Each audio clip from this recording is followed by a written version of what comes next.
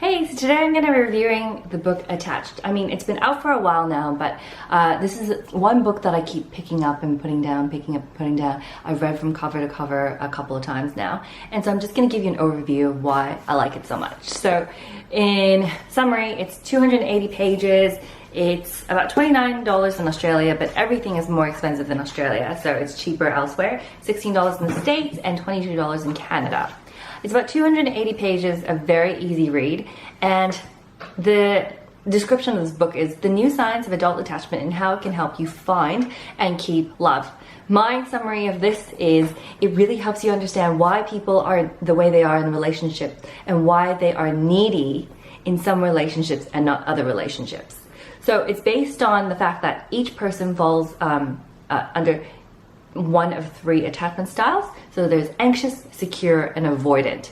So anxious people love intimacy. They really love to be with a partner all the time, but they're quick to have doubts about the relationship as soon as someone shows signs of avoidance. A person with an anxious attachment style they want to be very close to their partner. They always want to know where they stand in a relationship.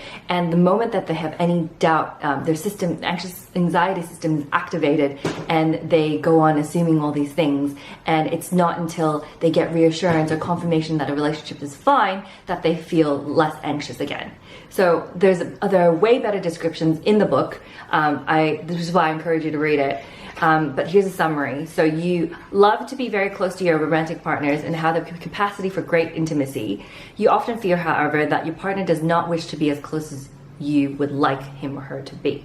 So relationships consume a very big part of your life and lots of energy. And people with an anxious attachment style tend to be very sensitive of what goes on in the relationship. So like I said, if they don't hear from a guy or a girl, they tend to wonder if they've lost interest or they're seeing someone else or a relationship is doomed to fail.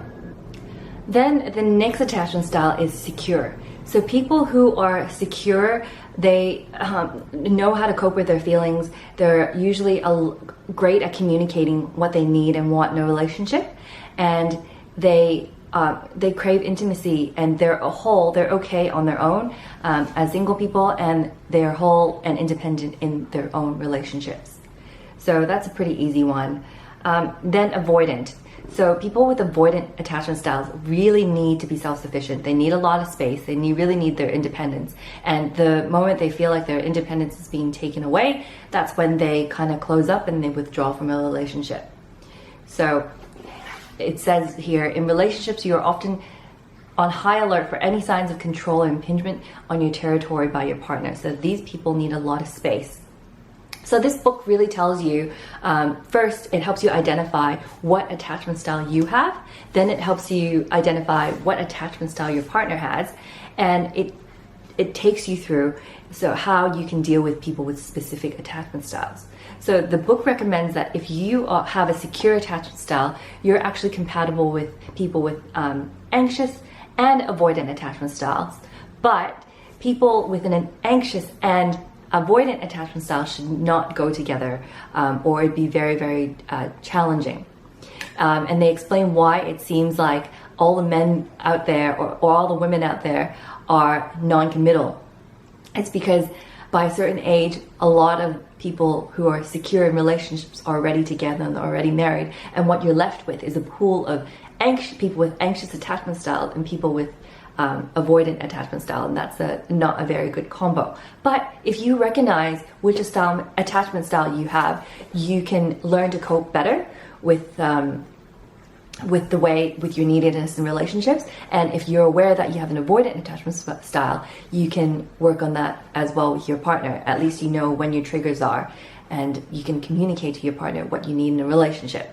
So highly recommend this if you feel very anxious at the beginning of a relationship when a guy hasn't called you back, or they feel like, or if he hasn't texted and you're freaking out, which I know happens quite a bit. And neediness, this book I think makes neediness okay. Just because you're needy in one relationship doesn't make you a needy person. It could just be that other people bring out the neediness in you. So Regardless, I highly recommend you read this book. I've recommended it to a couple of readers of mine and they have loved it. So I'll leave a link below if you want to purchase it. And if you've already read it, let me know what you think. Let's share notes. Thanks for watching.